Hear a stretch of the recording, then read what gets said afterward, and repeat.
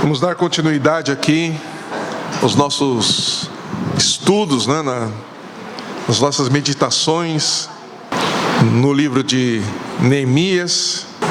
E eu quero então convidar você a abrir sua Bíblia no livro de Neemias, no capítulo 2. A partir do verso 9, nós vamos ler até o 20. Diz assim: Então fui até os governadores do território a oeste do Eufrates e lhes entreguei as cartas do rei. Além das cartas, o rei tinha enviado comigo oficiais do exército e cavaleiros. Quando Sabalate, o Horonita, e Tobias, o oficial amonita, ouviram isso, ficaram muito irritados, por saber que havia alguém interessado no bem dos israelitas. Assim, cheguei a Jerusalém e depois de 3 dias, levantei-me de noite e saí com alguns dos meus homens. Eu não disse a ninguém o que meu Deus havia colocado em meu coração para que eu fizesse por Jerusalém. Não levei animal algum, a não ser aquele em que eu montava. Desse modo, saí de noite pela porta do vale e fui até a fonte do dragão, até a porta do esterco, e examinei os muros de Jerusalém que tinham sido derrubados e as suas portas que haviam sido queimadas pelo fogo. E fui mais adiante até a porta da fonte e até o tanque do rei, mas ali não havia espaço por onde pudesse passar o animal que eu montava.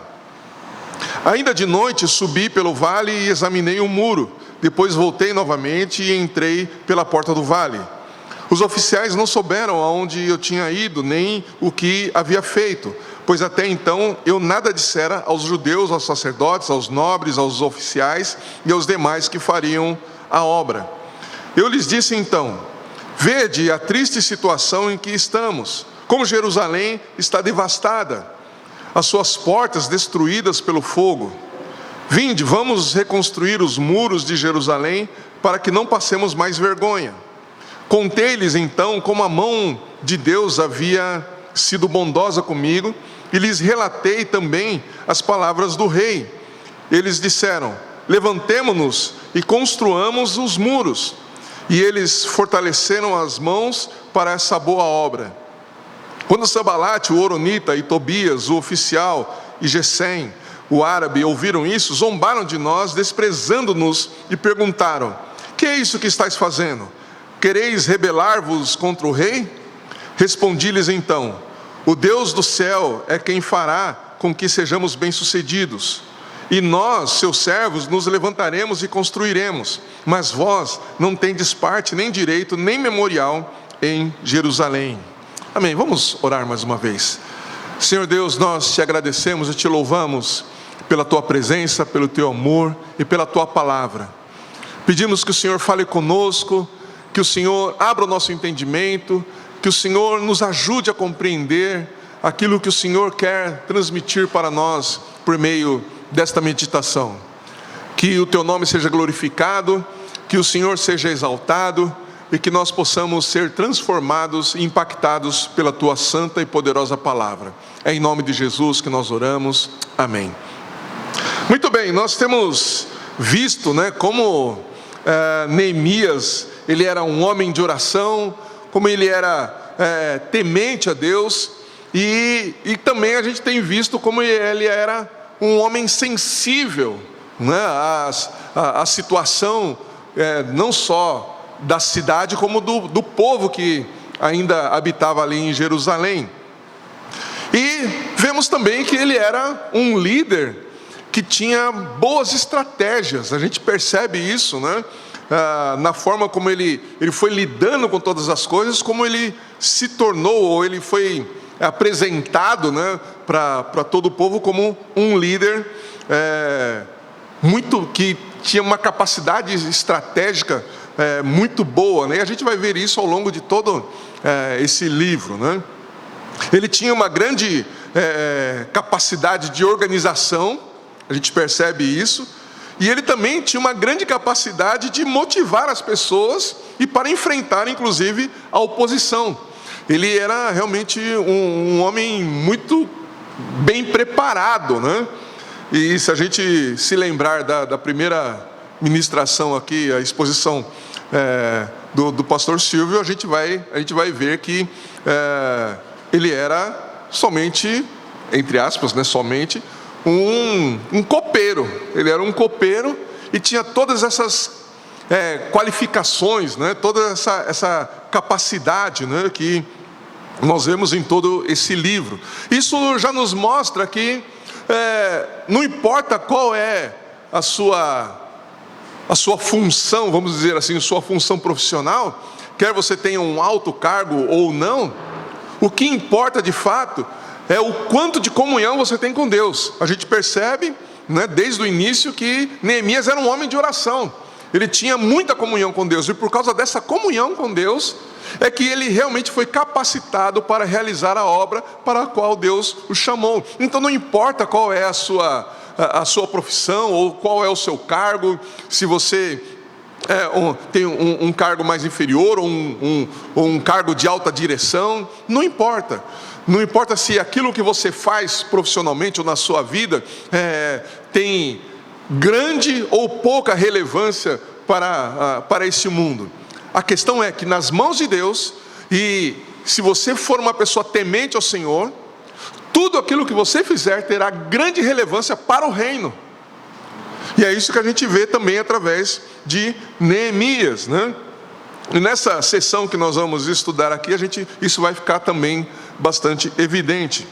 Então o que a gente vê aqui, né, nesse relato, é que após ele ter sido atendido pelo rei, né, em seu propósito de ir até a cidade dos seus pais, né, para reconstruir ali a cidade, Neemias, ele se apresenta para os governadores, né, locais ali, né, ele se apresenta para as pessoas ali que tinham certa autoridade, e ele mostra para essas pessoas as cartas do rei que o autorizavam a entrar em Jerusalém e realizar as obras que ele havia se proposto a fazer, né?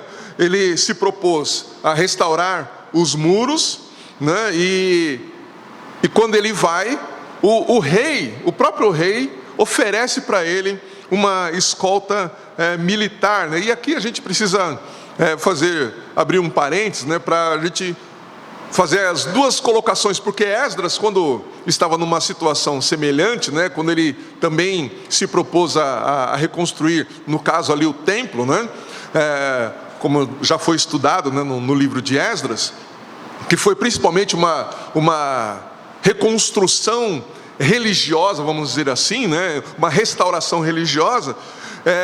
Esdras, ele se recusou a receber uma escolta militar do rei, né? A gente vê isso lá no capítulo 8, né? E se você quiser ouvir as ministrações sobre isso, você pode ir no nosso canal, isso já está gravado lá. Então você vai poder ver com mais profundidade isso. Mas a questão é que Esdras, numa situação semelhante à de Neemias, ele não viajou com a escolta militar que o rei havia oferecido para ele. Esdras confiou totalmente, né, na proteção e por meio na proteção de Deus, né, e por meio da oração. Então ele se firmou nisso, porque antes mesmo do rei oferecer, Esdras tinha dito para o rei que Deus o guardaria. Então, até para que a sua fé, né, fosse provada diante do rei, Esdras não aceitou a oferta que Artaxerxes tinha feito. Neemias, né, que também era um homem de oração, como eu já falei, né, e de profunda fé, ele aceita, numa situação semelhante, ele aceita então essa escolta militar oferecida pelo rei, né? O ponto é que Neemias, ele precisou agir com muita prudência. Por quê? Porque no momento que Neemias vai para Jerusalém para fazer essa reconstrução, é um momento diferente do de Esdras. Já tinham se passado alguns anos, cerca de 10 anos mais ou menos, né, entre a ida de Esdras e a obra que Esdras fez, e agora Neemias, né, ou um pouco mais do que isso. Acontece que Neemias não tinha a mesma condição, né, que Esdras, condição de posição mesmo, né? Neemias, ele precisou agir com prudência. Por quê? Porque depois que Esdras havia começado, você vai se lembrar, ou se você não se lembra, você pode ler depois, que o rei, ele fez um decreto para que fosse impedido qualquer tipo de obra de restauração. Quando Neemias vai, esse decreto ainda está vigente, né? Então a reconstrução dos muros, né, de proteção de Jerusalém ainda estava impedida pelo decreto do rei. Neemias se chega lá sem nenhuma autoridade militar, vamos dizer assim, ou policial, né, se fosse nos nossos tempos, a oposição teria muito mais êxito de impedi-lo de realizar essa obra do que foi com Esdras. Esdras, ele foi impedido durante a sua obra de restauração. Agora Neemias não. Então Neemias, essa atitude ou essa ação de Neemias de ir até Jerusalém para reconstruir os muros poderia ser vista como um ato ilegal, né? E até de rebelião contra o rei. A gente vai ver isso daqui a pouco. E por isso talvez fosse necessário de fato uma demonstração de força e de autoridade, né, relacionada ao próprio rei. Por isso então Neemias aceita essa oferta do rei. E também tem a questão de que Neemias estava numa situação diante do rei um pouquinho diferente, e poderia soar mal ele negar essa escolta que o rei estava oferecendo. A verdade é que tanto Esdras como Neemias, eles receberam providências de Deus muito específicas, né? Esdras, por meio do jejum e da oração, recebeu fé para ser guardado dos perigos, e Neemias, por meio da sabedoria que veio dos céus, recebeu e aceitou os recursos deste mundo providenciados por Deus, para que ele também pudesse cumprir com a sua missão. Isso deve também nos despertar, porque às vezes a gente vê homens, pessoas de Deus, realizando a obra de Deus, e uns fazendo de uma forma e outros fazendo de outra forma, e às vezes a gente tende a olhar para um e falar, não, esse aqui está certo e o outro está errado. Mas a gente precisa buscar a Deus e entender como Deus está agindo através da vida de cada pessoa, e os recursos que Deus está dando e as estratégias que Deus está dando para cada um. Nesse sentido, o que eu quero dizer é que a gente não pode julgar dizendo que A está certo e B está errado. Nós precisamos saber como Deus está agindo através da vida dessas pessoas e entender o que está por trás de toda a ação e de toda a estratégia e o plano que Deus tem para cada um, né? Tanto em Esdras como Neemias, a gente vê a providência de Deus para guardar e protegê-los. E assim também é conosco. Deus pode me dar uma direção para realizar algo e dar uma direção para você que em alguns aspectos vai se diferenciar. Mas a questão que nós precisamos nos atentar é que, se Deus está dirigindo tanto a mim quanto a você, Ele também nos guardará, Ele também nos protegerá tanto a mim quanto a você. E o que nós precisamos estar firmados é em como Deus está nos conduzindo, e precisamos ser fiéis à direção de Deus, e não dizer, eu não posso dizer que você está errado. Claro que não estou falando aqui de pontos fundamentais da fé, né? Não estou falando que você, de repente alguém pode chegar e falar assim, olha, como eu ouvi nesses dias, né? Olha, Deus está dando a direção, vamos fazer um ato profético aqui. Aí corta cabelo, daí tem gente que, pasmem, tem gente que, em nome de um tal de ato profético, tomou um banho de esterco de cavalo. Não, vamos fazer um ato profético aqui, né? E aí joga sal na cabeça das pessoas. Isso não tem nada a ver com o Evangelho, não tem nada a ver com a fé cristã, não é? Então, não estou falando dessas coisas, estou falando de repente você vai evangelizar alguém e Deus te dá uma estratégia diferente da estratégia que que vai dar para mim para evangelizar. Agora, a essência do que vai ser feito é que é a questão. Tanto eu quanto você devemos pregar o evangelho. Agora, se eu vou chamar alguém para tomar um café para eu pregar o evangelho, se você vai chamar uma outra pessoa para almoçar para pregar o evangelho, aí é outra coisa. Entende? O que nós temos que pregar é o evangelho. A segunda questão dentro desse fato aqui é que Neemias recebeu essas cartas do rei, né? E essas cartas davam autoridade para Neemias agir e utilizar os recursos locais, né? Até mesmo contra o que o próprio rei havia decretado antes. Então o rei dá carta para que Neemias tivesse autorização para contrariar o que o próprio rei havia dito. Então não era um ato de rebelião, como nós vamos ver daqui a pouco que Neemias é acusado.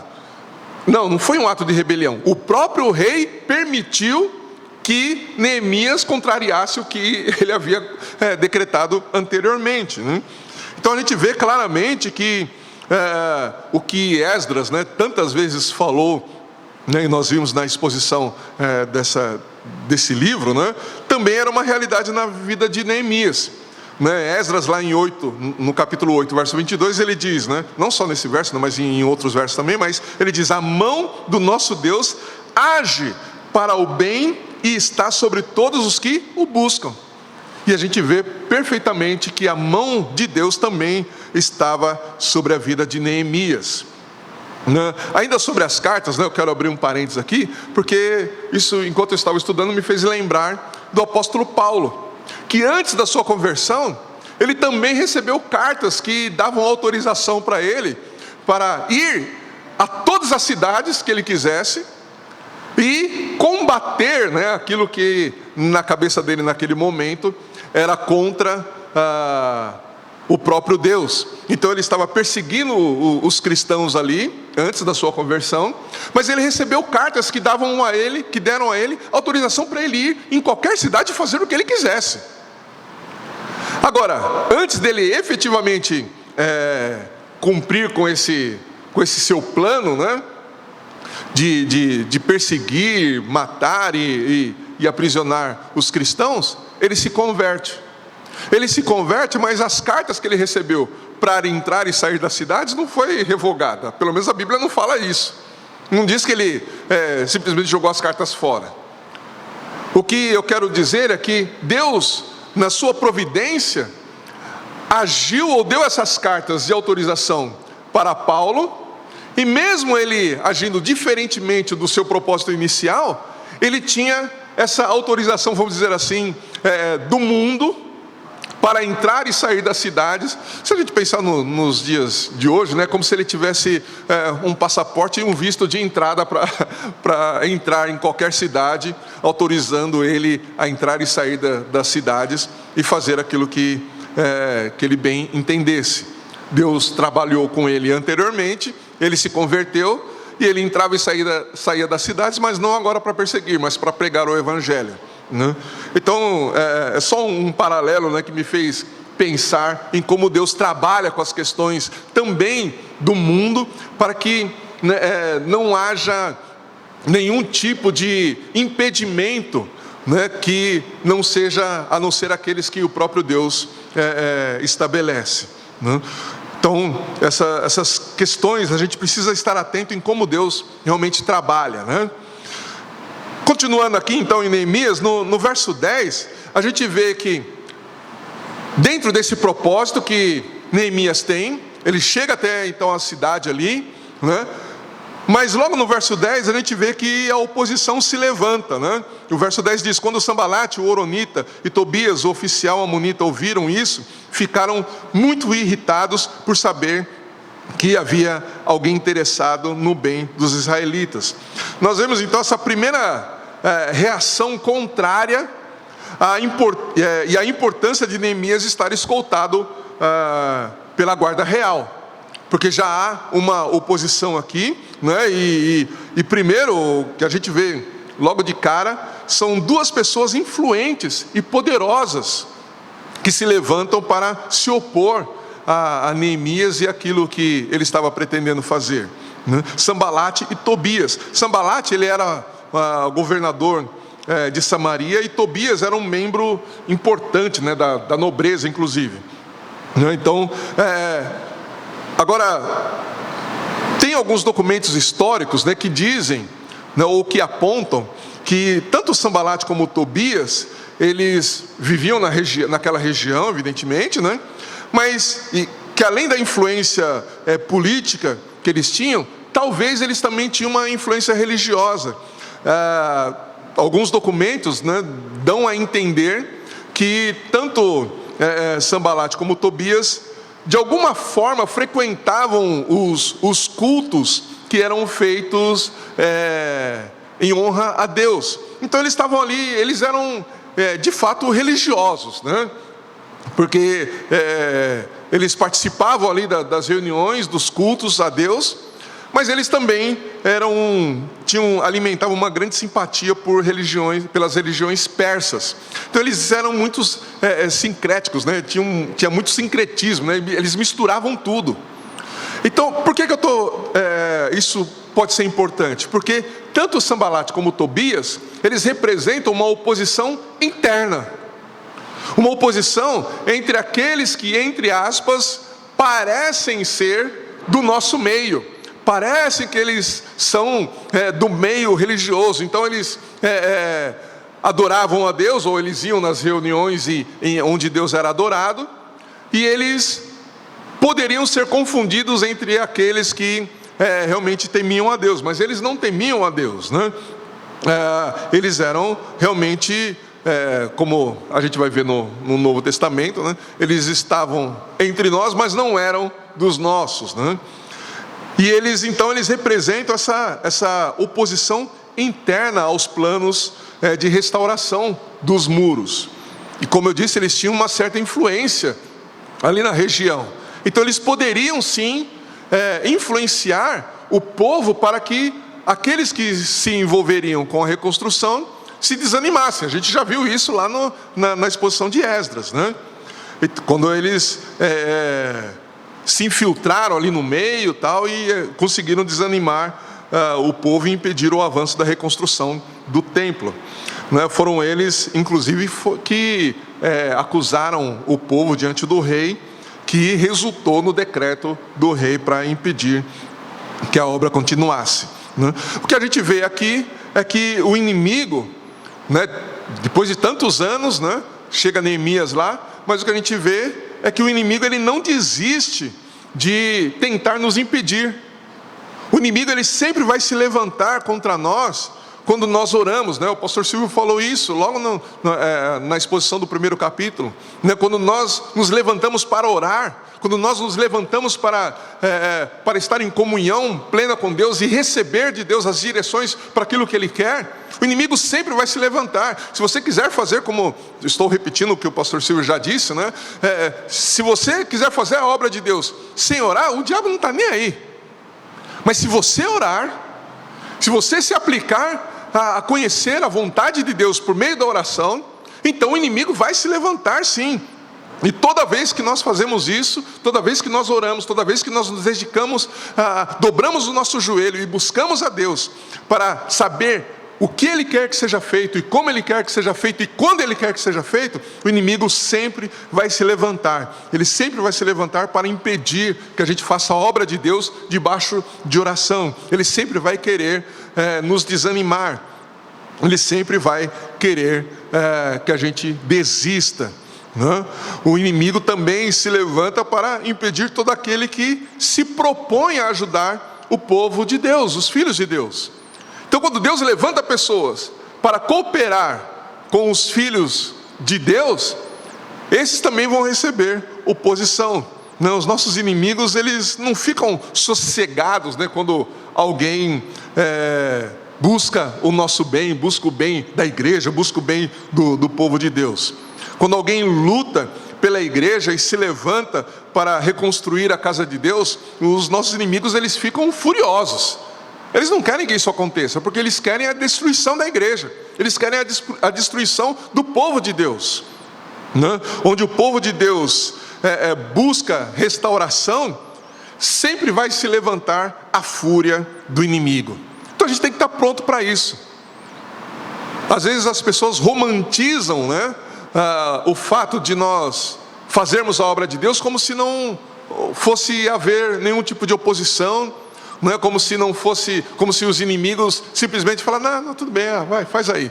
Não, ele sempre vai se levantar contra nós. Ele sempre vai querer impedir que a gente faça a obra de Deus. Ele sempre vai tentar impedir que você pregue o Evangelho. Ele sempre vai tentar impedir que você seja um instrumento nas mãos de Deus para que pessoas sejam alcançadas, para que vidas sejam salvas. Porque ele sempre está furioso com o povo de Deus e com a obra de Deus. E aí a gente vê também, dentro disso, um grande cenário de impossibilidades. Aqui nessa descrição de Neemias, a gente sempre vê um cenário de impossibilidades. A reconstrução de Jerusalém, ela parecia impossível, mas um homem de Deus se levantou e se dispôs a fazer. Nós vemos que era humanamente impossível, se a gente olhar para a realidade daquela cidade, o que era de fato impossível se tornou realidade. Por quê? Porque antes de agir, houve oração, houve jejum e houve uma busca da presença de Deus.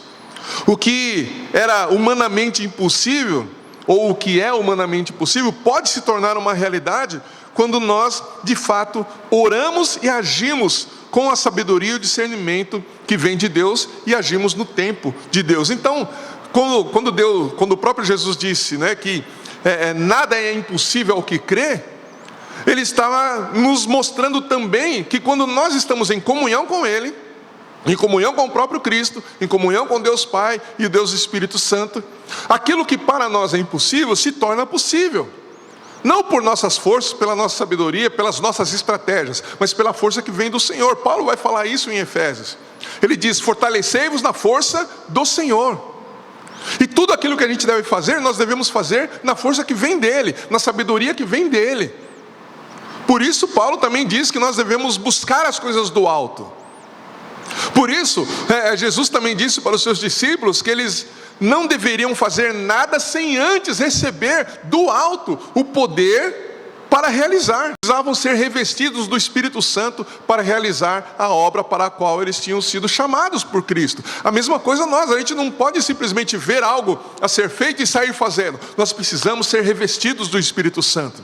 Nós precisamos nos envolver com Cristo por meio da oração. Nós precisamos ter plena e profunda comunhão com Cristo antes de fazermos qualquer coisa, antes de falarmos qualquer coisa. Jesus disse também algo para os seus discípulos que serve para nós hoje: vocês não podem fazer nada sem mim. Vocês não podem fazer absolutamente nada sem mim. E aqui nesse texto, diz muita coisa para nós. Por quê? Jesus está falando o seguinte: olha, vocês não têm a permissão de fazer qualquer coisa se eu não autorizar. Vocês não têm a permissão de falar qualquer coisa se eu não disser para vocês o que vocês devem falar. Vocês não podem ser impetuosos no sentido negativo, de sair fazendo só porque está escrito ide e fazei boas obras. Porque lembrei agora de uma ministração do pastor Silvio de muitos anos atrás, de que o bom soldado é aquele que está envolvido com Cristo, que é o seu general. E as boas obras só são boas obras quando Deus está envolvido nessas boas obras. Aquilo que parece bom aos nossos olhos pode não ser bom diante de Deus, se Deus não nos mandar fazer, se Deus não estiver envolvido naquilo. Então as boas obras só são boas se Deus estiver envolvido. Se Deus não estiver envolvido, ela pode ser boa para nós, mas não será de fato para Deus. Então, o que nós precisamos é, de fato, estarmos envolvidos com o Senhor para fazermos aquilo que Ele quer, com a sabedoria que vem do alto, com o discernimento que vem do alto, com a permissão que vem dEle. E o que nós vemos em Neemias? É justamente essa preocupação de realizar a obra de Deus conforme a vontade de Deus. Por isso ele orou incessantemente. Nós vimos aqui na exposição do primeiro capítulo. Ele orou por entre 4 e 5 meses, antes de falar qualquer coisa para o rei. Até então, ele não falou nada. Até então, ele não expôs nada. E nem demonstrou o que estava a tristeza do seu coração. Continuou trabalhando normalmente, mas ele estava em intensa oração, intensa e constante oração. E no tempo certo, então, houve ele revelou quais eram os seus propósitos. A partir do verso 11 até o 16, o que nós vemos é que, mais uma vez, Neemias, sendo um homem de oração, de muita oração, aqui ele mostra que é um homem também de estratégia, um líder de estratégia, que tem muita estratégia. Ele chega ali na região, na cidade, e só depois de 3 dias, que ele chegou em Jerusalém, e depois de ter entregue as cartas ali aos governadores, ele resolve fazer uma vistoria pela cidade, primeiro, para fazer um reconhecimento. Mas o curioso é que ele faz isso à noite, Ele não fala para ninguém e vai fazer um reconhecimento à noite. Se a gente parar para pensar, não tinha iluminação pública naquela época, Então ele realmente no escuro. Como que você vai fazer uma vistoria no escuro? Como que você vai fazer um reconhecimento no escuro? Ele não tinha também aquelas lanternas de visão noturna, Não tinha. Mas ele resolve fazer essa vistoria à noite, não fala para ninguém, somente alguns dos seus homens, ele leva com ele. A Bíblia não fala quantos, mas ele leva somente alguns. E aí então ele faz esse reconhecimento do local, ele faz um levantamento das condições reais da cidade. Por quê? Porque ele precisava ter uma dimensão exata do trabalho que precisava ser feito. Agora, uma outra questão importante aqui é que Neemias, ele não nasceu em Jerusalém. Ele não conhecia a cidade. Então, antes de falar com o povo, antes de chamar as pessoas para fazer alguma coisa, até para ele não ser acusado de que ele não sabia do que ele estava falando, que ele não tinha ideia do trabalho que ia dar, ele faz essa vistoria antes. Ele vai lá, ele analisa. É claro que ele não percorreu toda a cidade, mas ele faz ali uma visão, fugiu a expressão agora, que é inclusive uma expressão de método de pesquisa, por amostragem, vamos dizer assim, Então ele vai para os principais pontos, para os pontos mais significativos, e aí ele faz esse levantamento, ele faz essa vistoria, justamente porque ele não conhecia a cidade, ele não conhecia as dificuldades de locomoção, ele não conhecia, não sabia de fato como a cidade estava. Ele tinha os relatos de alguém que havia falado para ele, mas ele não tinha visto, E aí a gente já vê mais uma capacidade de Deus dando para ele, Porque ele vai à noite, e aí quando ele volta para falar com o povo, já no verso 17, daqui a pouco a gente vai ver, ele dá um relato detalhado das condições e do que precisava ser feito, Mas o ponto é que ele faz isso de uma forma estratégica, E após ele fazer, ou quando ele faz essa vistoria, aquela tristeza inicial, lembra lá do capítulo 1, que ele ficou triste quando ele recebeu o relato de Anani, das condições da cidade e do povo, aquela tristeza fica ainda mais profunda, porque ele ficou triste naquele primeiro momento por ter ouvido falar de como estava a situação, mas agora ele viu como estava a situação do povo e da cidade. Então aquilo se aprofundou, e aí eu me lembro de quando Jesus, lá em Lucas 19, verso 41, ele olhou do alto a cidade e viu a condição espiritual da cidade. E o texto lá de Lucas diz que Jesus chorou pela cidade.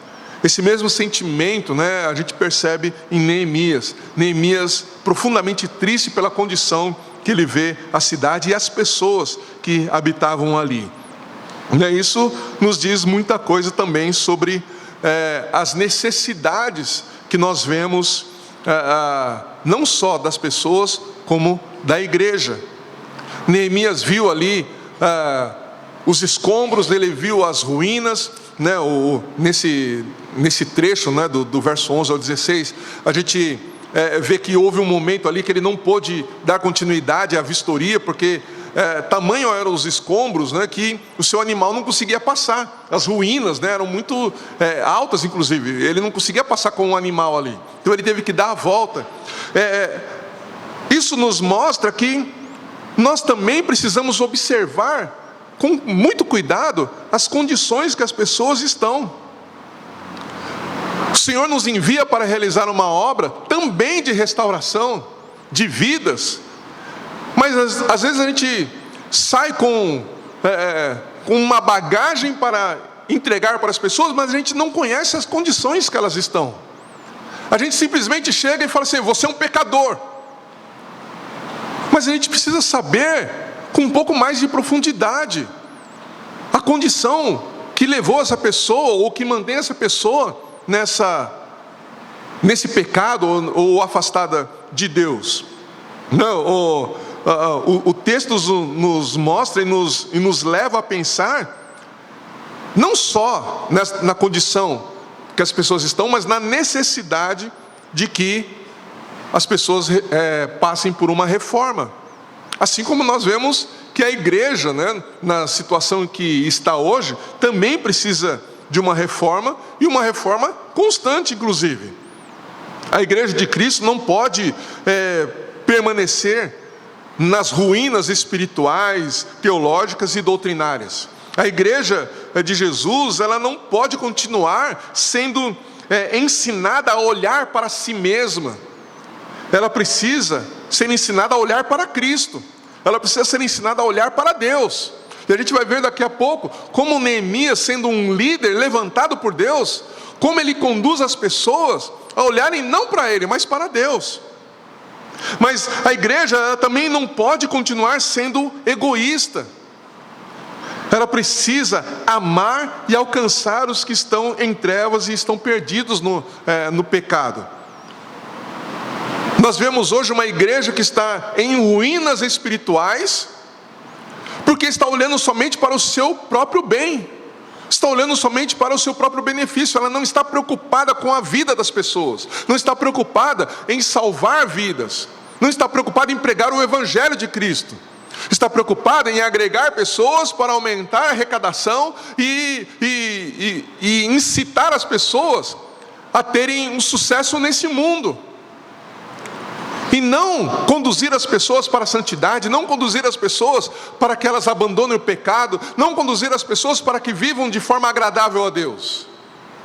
Percebemos, infelizmente, de uma forma muito clara, como a igreja tem sido conduzida por líderes que não olham para a cruz, líderes que pregam um evangelho sem Cristo, líderes que pregam um evangelho sem arrependimento, líderes que pregam um evangelho sem santidade, líderes que incitam as pessoas a serem cabeça, mas não se submeterem ao Espírito Santo. Os habitantes de Jerusalém, eles estavam há tanto tempo vivendo naquela condição, sobre os escombros e sobre a ruína, e sob a ruína, que eles também já estavam acostumados. E a gente também percebe muita gente acostumada com as ruínas espirituais em que vivem, com a ruína de vida que eles vivem. E eles achavam impossível mudar aquela situação, aquela condição, a ponto de não se moverem para fazer nenhuma mudança. Eles estavam sem segurança, estavam sem dignidade. Mais uma vez quero lembrá-los do capítulo 1, quando Anani chega para falar com Neemias, né? E Neemias pergunta como que está o povo, como que está a cidade. Hanani fala que o povo está vivendo em miséria e que a cidade está em ruínas. Então não foi um relato só de como estava a situação física da cidade, mas um relato de como estavam as pessoas. As pessoas estavam vivendo em miséria. As pessoas estavam sendo zombadas pela condição que elas estavam vivendo ali. Quando então nós vemos Neemias se voltando para o povo, ele vê um povo estagnado, um povo que está ali, estão zombando da gente, mas o que a gente pode fazer? A gente está em miséria, mas o que a gente pode fazer? A gente está na ruína, vivendo na ruína, o que a gente pode fazer? E pasmem, tem gente que se acostuma com a miséria. Tem gente que, há pouco a gente estava falando, né, na EBD, sobre cultura, né? Tem gente que vive numa cultura de sub-humanidade e acha que aquilo está normal, que está tudo certo, que não tem o que fazer para mudar aquilo. Como que se vivessem mentalmente debaixo de castas, né? Tem gente que realmente está vivendo na podridão do pecado, mas não vê mudança naquilo, ou condição de mudança. Aquele povo ali, para quem Neemias estava falando, estava vivendo sem segurança, sem dignidade, sem justiça, estava vivendo no meio dos escombros, na pobreza e na miséria, sem perspectiva, sem esperança e desanimados. Estavam debaixo de opressão e de oposição. Mas eles precisavam não só olhar aquilo de uma forma normal, eles precisavam enxergar a necessidade de uma mudança.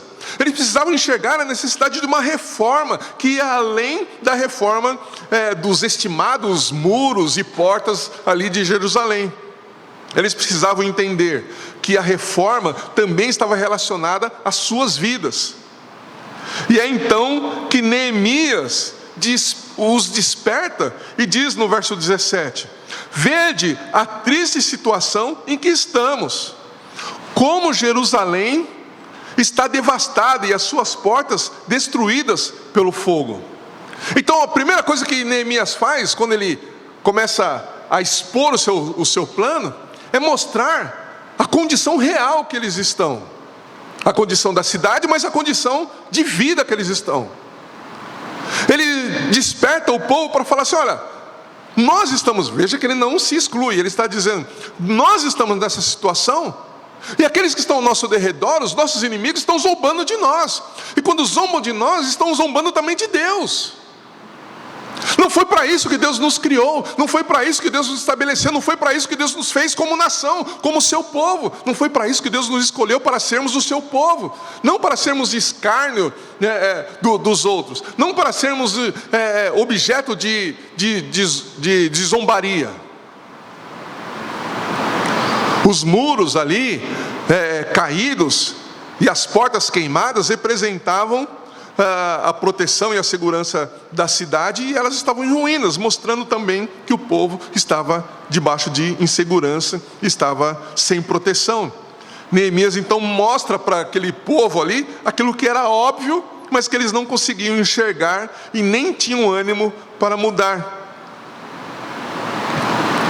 A vida deles estava em ruínas, eles estavam afastados de Deus. Eles não estavam desfrutando das bênçãos de Deus. Eles não estavam desfrutando da segurança e da proteção de Deus. E quando nós pensamos na evangelização, em todo o nosso trabalho de evangelização, nós também precisamos, primeiro, conhecer a condição em que as pessoas se encontram, longe de Deus, e também a nossa própria condição, para que a gente possa oferecer para as pessoas o socorro correto. Se a pessoa, usando inclusive alguns dos ensinos de Jesus, se a pessoa está com fome, não adianta a gente chegar lá com uma palavra de sabedoria, né? Vamos pensar também em Paulo, né? Quando ele fala de buscar os melhores dons. Se a pessoa está com fome, adianta você chegar lá com uma palavra de sabedoria? Você tem que dar o que comer para essa pessoa. Ela está com fome.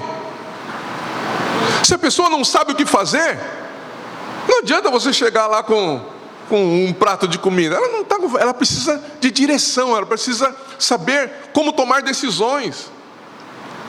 Então nós precisamos entender qual é a necessidade das pessoas, e isso a gente sabe como? Através da oração, através da nossa intimidade com Deus, porque Deus é quem conhece o coração das pessoas. Às vezes a gente olha para alguém e fala assim, ela precisa disso.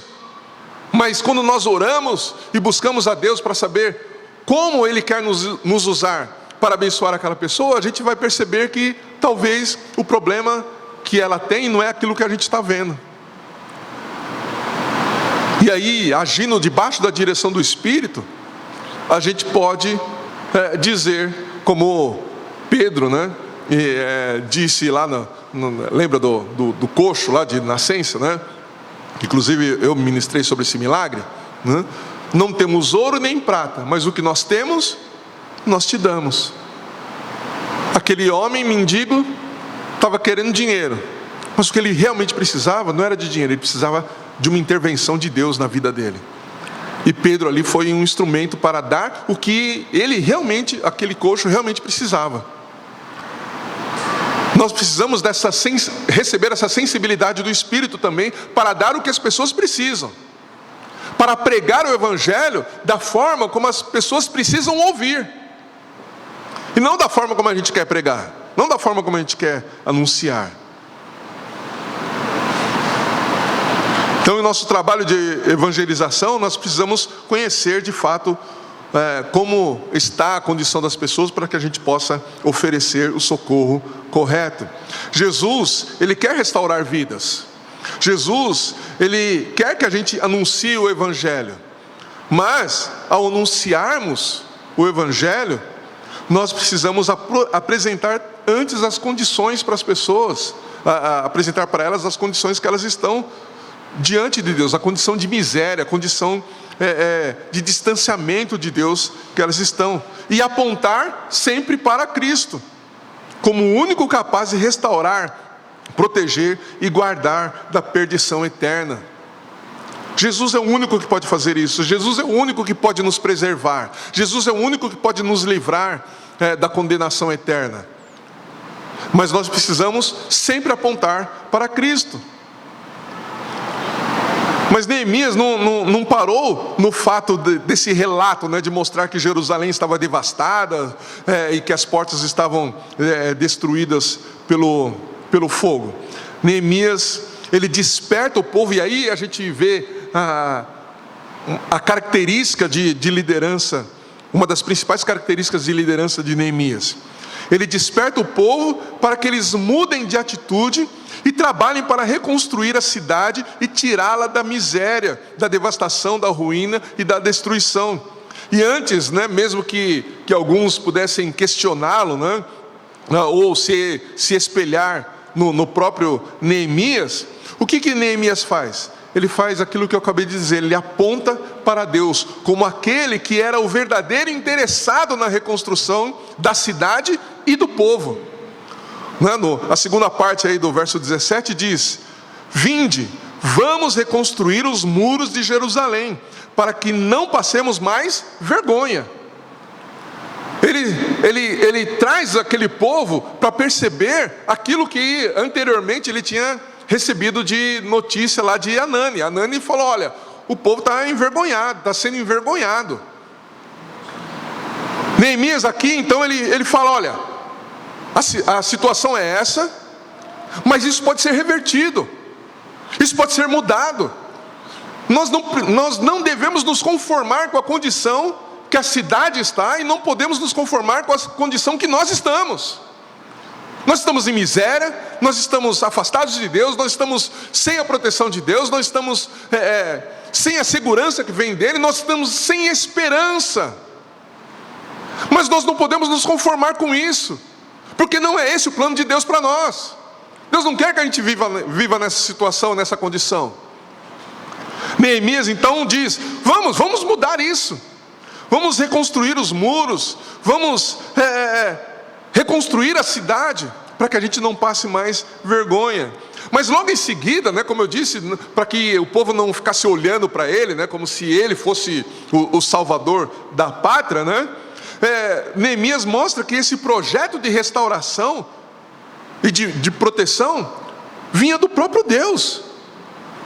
Aquele que iria restaurar era Deus, através deles. Verso 18 diz, né, contei-lhes então como a mão de Deus havia sido bondosa comigo, e lhes relatei também as palavras do rei. Eles disseram: levantemo-nos e construamos os muros. E eles fortaleceram as mãos para essa boa obra. Veja como Neemias, ele fala assim: olha, foi Deus quem me levantou para fazer isso. Essa obra é uma obra de Deus. Não é simplesmente que eu quis fazer. Deus quer fazer isso. Deus quer restaurar. Deus quer transformar. Deus quer regenerar. E por causa disso, quando Neemias aponta para Deus, foi isso então que trouxe ânimo para o povo, para aquele povo lá, se levantar para reconstruir os muros. O ânimo e a disposição vieram porque eles souberam que Deus estava por trás de tudo aquilo. E por isso eles não precisavam temer os inimigos, né, que queriam mantê-los na ruína e no desprezo. No verso 19, né, quando o Sambalate, o Horonita, e Tobias, o oficial, e Gesem, o árabe, ouviram isso, zombaram de nós, desprezando-nos, e perguntaram: que é isso que estáis fazendo? Quereis rebelar-vos contra o rei? Então olha só, novamente, né, a oposição se levanta, porque a oposição sempre vai se levantar contra a obra de Deus e contra os filhos de Deus. Mas agora já não são mais dois, tem três. Esse Gesem, né, diz a história que possivelmente ele era o rei de Quedar. Agora, a gente vê uma oposição não só interna, né? Lembra que eu falei que Sambalate e Tobias representavam uma oposição interna. Gesem, ele representa uma oposição externa, né? Gesem, esses três, né, agora compõem ali três inimigos poderosos, né, e bastante influentes, né, para se opor e intimidar e até paralisar, se eles pudessem, esse plano de restauração, de reconstrução dos muros. Esses três, né, de alguma forma, eles cercavam Jerusalém, e eles também, e aí é o ponto que eu quero destacar aqui, eles representam o mundo. Esses três aqui representam o mundo que zomba da igreja, o mundo que ridiculariza a igreja, o mundo que se opõe ao povo de Deus e à obra de Deus. Mas Neemias, né, e os que estavam com ele não se intimidaram. Por quê? Porque agora, não só Neemias, mas todo aquele povo que estava com ele, estavam olhando para Deus. Eles sabiam que a obra era de Deus. Então, eles, com seu coração animado com o fato de que a mão do nosso Deus estava agindo em favor deles, eles não se intimidam. Eles sabem que essa mão poderosa e bondosa estava com eles. Então os inimigos podiam falar o que eles quisessem. Quando nós sabemos que Deus está conosco, nós não nos intimidamos. Quando nós sabemos que Deus está indo à nossa frente, a gente não para, a gente não recua, a gente segue em frente, porque a gente sabe que a obra é de Deus. Neemias, né, ele termina, né, esse primeiro embate, né, com uma declaração de fé, esperança e total dependência de Deus, que é poderosa. Neemias diz no verso 20: respondi-lhes então: o Deus do céu. Olha como ele começa: o Deus do céu é quem fará com que sejamos bem-sucedidos. Ele não está falando que agora ele tem um grupo grande, e porque ele tem um grupo grande, eles vão ser bem-sucedidos. Não. Ele fala: o Deus do céu, o Criador de todas as coisas, aquele que tem todo o poder, aquele que é soberano, Ele quem fará com que nós sejamos bem-sucedidos. É Ele quem está nos abençoando. E nós, né, eu vou fazer a minha interpretação aqui do verso 20, né? E nós que estamos entendendo que o Senhor está nos chamando, nós não estamos fugindo da nossa responsabilidade.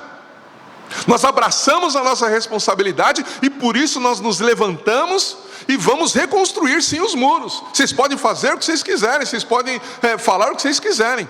Nós vamos reconstruir esses muros, porque o Deus dos céus, o Senhor Deus Todo-Poderoso, aquele que está acima de tudo e de todos, aquele que governa todas as coisas, é Ele quem está nos mandando, é Ele quem vai à nossa frente, é Ele quem nos guarda, é Ele quem nos protege. O inferno pode se levantar, mas isso não vai impedir que a gente faça a obra de Deus. E Neemias termina o verso 20 dizendo: mas vós não tendes parte, nem direito, nem memorial em Jerusalém. Vocês não têm parte conosco. Vocês não fazem parte do plano de Deus de reconstrução. Vocês, se participarem disso, vocês vão contaminar a obra de Deus. E nós não vamos permitir que a obra de Deus seja contaminada. Deus não vai permitir que isso aconteça. Vocês não vão fazer parte da reconstrução. Vocês vão ver o que Deus vai fazer. Vocês vão espernear, e é isso que o diabo faz, né? O diabo, ele quando a gente se levanta para fazer a obra de Deus, debaixo de oração, debaixo da direção do Espírito Santo, e cheios do Espírito Santo, ele nos ameaça, ele fala: eu vou destruir sua família, eu vou tirar seu emprego, eu vou acabar com a sua vida, eu vou te matar. Mas ele não pode fazer mais nada, se ele quiser, ele que arranque as calças, pisa em cima e fica esperneando. Mas é só o que ele pode fazer, ficar esperneando, ameaçando. Porque se nós estamos guardados por Deus, nada vai nos alcançar, nada vai nos atingir. Nada, absolutamente nada. Porque para ele chegar até nós, para o diabo chegar até nós, ele vai ter que passar pelo Deus Pai, pelo Deus Filho, pelo Deus Espírito Santo. Você acha que ele consegue? Você acha que ele consegue? Em Zacarias capítulo 2, verso 5 diz que Deus, ele se coloca ao nosso derredor como um muro de fogo. E no nosso meio, o texto diz que Deus é a nossa glória, ou seja, nós nos alegramos nele. Então, se o diabo quiser nos atingir, ele vai ter que vencer Deus.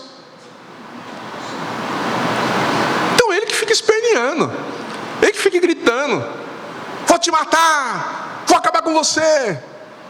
Tenta, se Deus permitir. Na verdade, você vai estar sendo um instrumento de Deus para chegar mais rápido na glória.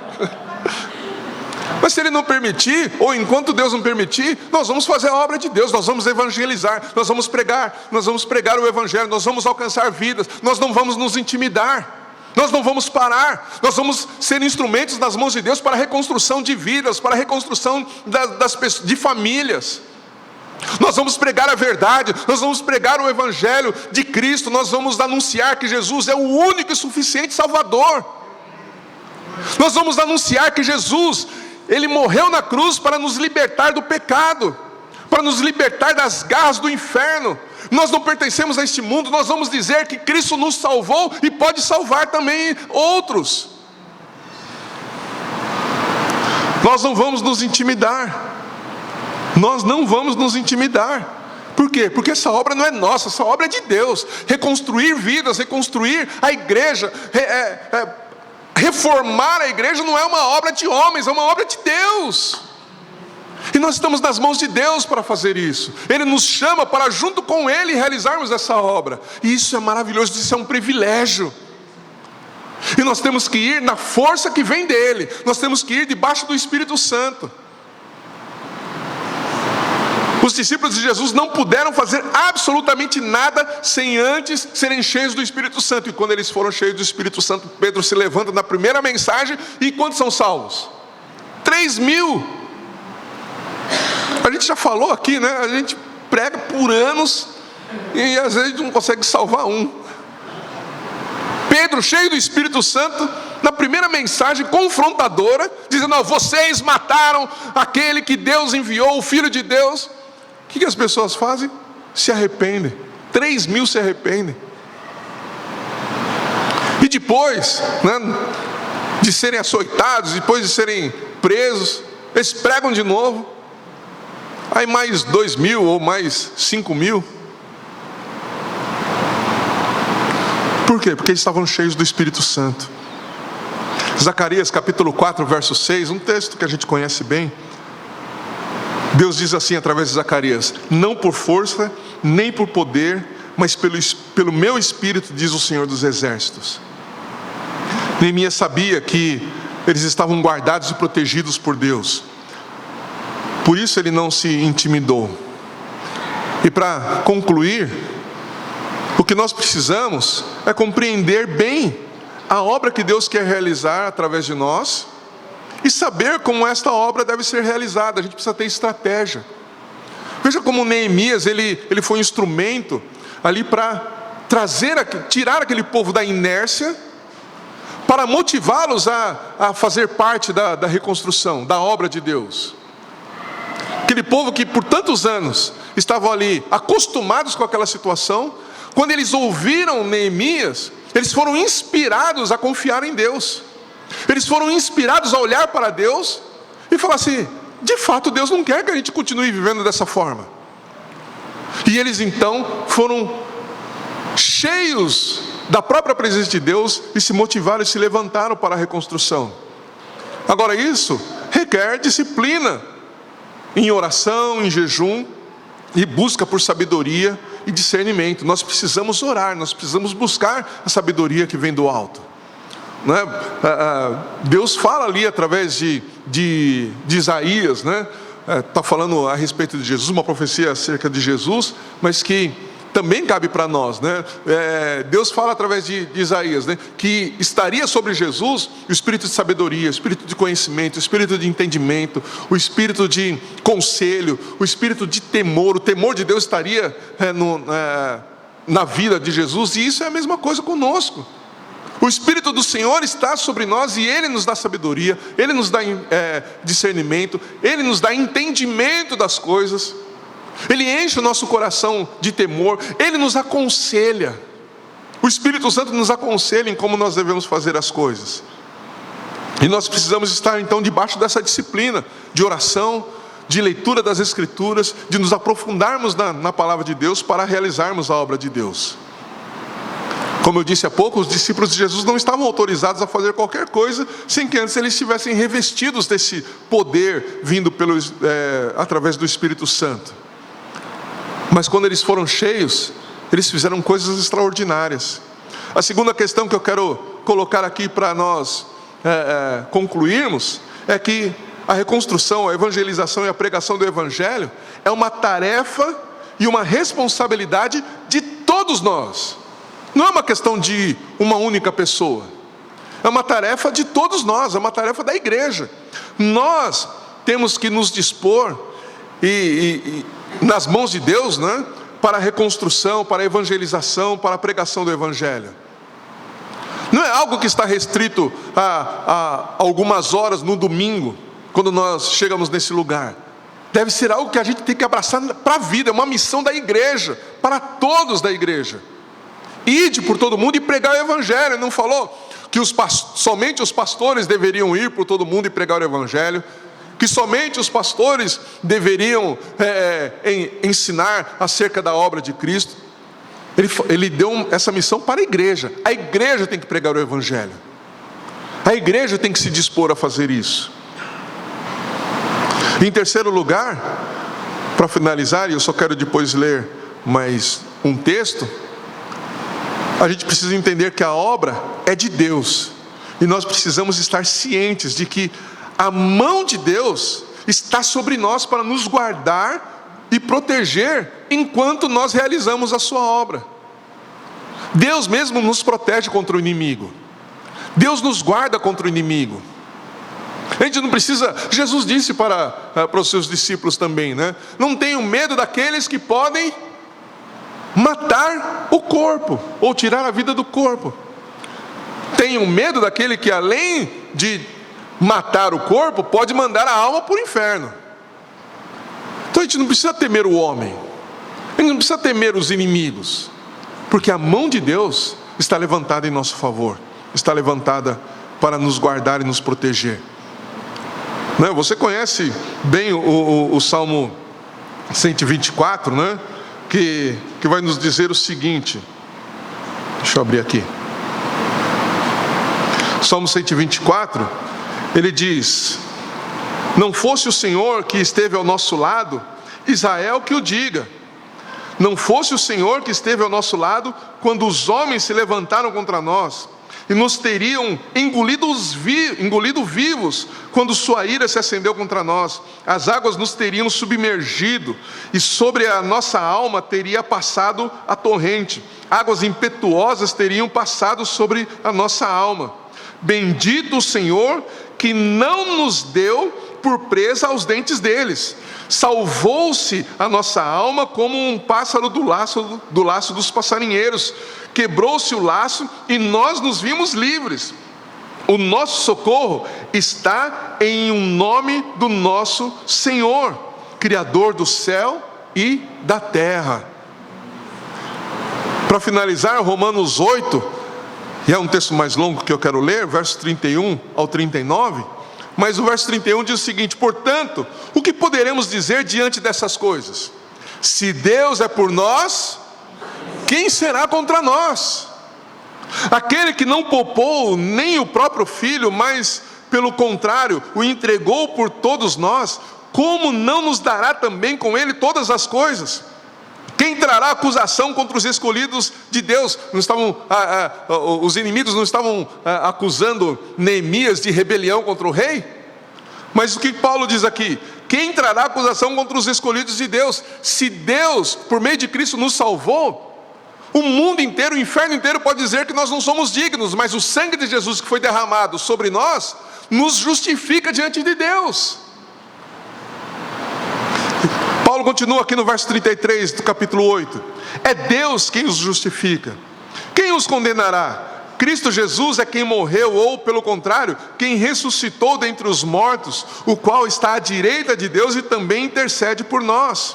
Verso 35: quem nos separará do amor de Deus? Será tribulação, ou angústia, ou perseguição, ou fome, ou privação, ou perigo, ou espada? Como está escrito: por amor de ti somos entregues à morte todos os dias, fomos considerados como ovelhas para o matadouro, mas em todas essas coisas somos mais que vencedores por meio daquele que nos amou. Pois tenho certeza que nem a morte, nem a vida, nem anjos, nem autoridades, nem autoridades celestiais, nem coisas do presente, nem do futuro, nem poderes, nem altura, nem profundidade, nem qualquer outra criatura poderá nos separar do amor de Deus que está em Cristo Jesus, nosso Senhor. É Deus quem nos chama, e é Ele quem nos guarda, e nada pode impedir que a gente faça a obra de Deus se nós obedecermos ao Senhor, se nós estivermos debaixo do Espírito Santo. E agora, para finalizar de vez, Hebreus 10, 39. Nós, porém, não somos dos que recuam para a destruição, mas sim dos que creem para a preservação da vida. Sendo assim, que nós possamos nos encher do Espírito Santo, nos levantarmos certos de que estamos guardados e protegidos por Deus, e vamos fazer a obra para a qual Ele nos chamou. Há famílias que precisam ser restauradas, há vidas que precisam ser restauradas, há um país que precisa ser restaurado, há uma igreja que precisa ser restaurada, e o Senhor está nos chamando para realizarmos essa obra debaixo do seu Espírito, debaixo da sua direção. E nós precisamos então nos animar e nos levantar para fazer a obra de Deus. Deus está nos chamando, Ele nos faz olhar para Ele, e quando nós olhamos para Ele, nós não temos medo de nada. A gente pode ter medo de avião, pode ter medo de navio, mas quando a gente olha para o Senhor, a gente não fica com medo de nada. A gente não fica com medo de absolutamente nada, porque a gente sabe quem vai à nossa frente e quem guarda a nossa retaguarda. Amém? Que a gente então se levante, animados, cheios de alegria, cheios de fé. Mais para frente a gente vai ver, né, que eles estavam tão animados que uma mão era a enxada e na outra mão era a espada. Um olho no peixe, outro no gato. Mas eles não pararam, Eles não desistiram. Por quê? Porque eles estavam olhando para Deus. Amém? Quero convidar você a se levantar. Vamos orar, vamos pedir que o Senhor fale conosco e nos anime nesse sentido. Que a gente não pare. Os inimigos vão se levantar. Os inimigos vão tentar nos impedir. Mas nós precisamos estar cheios do Espírito. E cheios do Espírito nós vamos ser instrumentos nas mãos de Deus para a reconstrução daqueles que estão perdidos, para a salvação de vidas, para que famílias sejam restauradas e fortalecidas no Senhor. Vamos orar. Senhor Deus, obrigado, Pai, porque o Senhor nos chama para realizarmos a Tua obra. O Senhor nos chama para que possamos fazer aquilo que o Senhor propôs desde a eternidade. E mesmo diante dos inimigos que nos acusam de rebelião, que nos acusam, Senhor, de sermos pessoas que estão indo no caminho contrário àquilo que é o que eles julgam ser correto, mesmo diante de pessoas que se levantam para zombar de nós, para dizer: o que vocês estão fazendo? Vocês acham que vão conseguir? Quem é o Deus de vocês? Mesmo diante dessas pessoas e dessas acusações e dessa tentativa de nos desanimar, nós cremos no Deus vivo, nós cremos no Senhor que nos guarda, nós cremos naquele que nos protege, nós cremos naquele que pode todas as coisas e através de nós realiza o que aos nossos olhos parece impossível. Nós cremos e olhamos para aquele que nos chama para que as realidades que nos cercam sejam mudadas, para que as ruínas da nossa própria vida sejam tiradas e um novo muro se levante. Nós olhamos para aquele que nos chama para uma reconstrução, não só das nossas vidas, mas uma reconstrução daqueles que o Senhor quer alcançar. E nós nos levantamos então na força do Teu poder, nós nos levantamos debaixo da Tua sabedoria, sabendo e crendo que o Senhor é aquele que nos guarda, aquele que nos protege, sabendo que nós vamos na força do Teu poder e não na força do nosso próprio poder. E dessa forma, Senhor, nós vamos evangelizar, dessa forma nós vamos pregar a Tua palavra, dessa forma, Senhor, nós vamos anunciar que o Senhor Jesus Cristo veio, viveu nesse mundo como homem, para que vidas pudessem ser restauradas, para que famílias pudessem ser reconstruídas, para que pessoas pudessem ser libertas do pecado, das drogas, dos vícios, pudessem ser libertas do espírito desse mundo, pudessem ser libertas do domínio de Satanás e viverem debaixo da graça do nosso Deus Todo-Poderoso. Espírito Santo, venha nos encher. Espírito Santo, venha nos revigorar.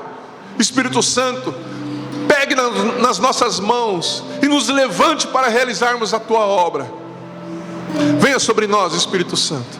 Venha sobre nós e nos faça caminhar pela fé, e nos faça realizar a Tua obra na força do Teu poder, guardados por esse mesmo poder que ressuscitou a Cristo dentre os mortos.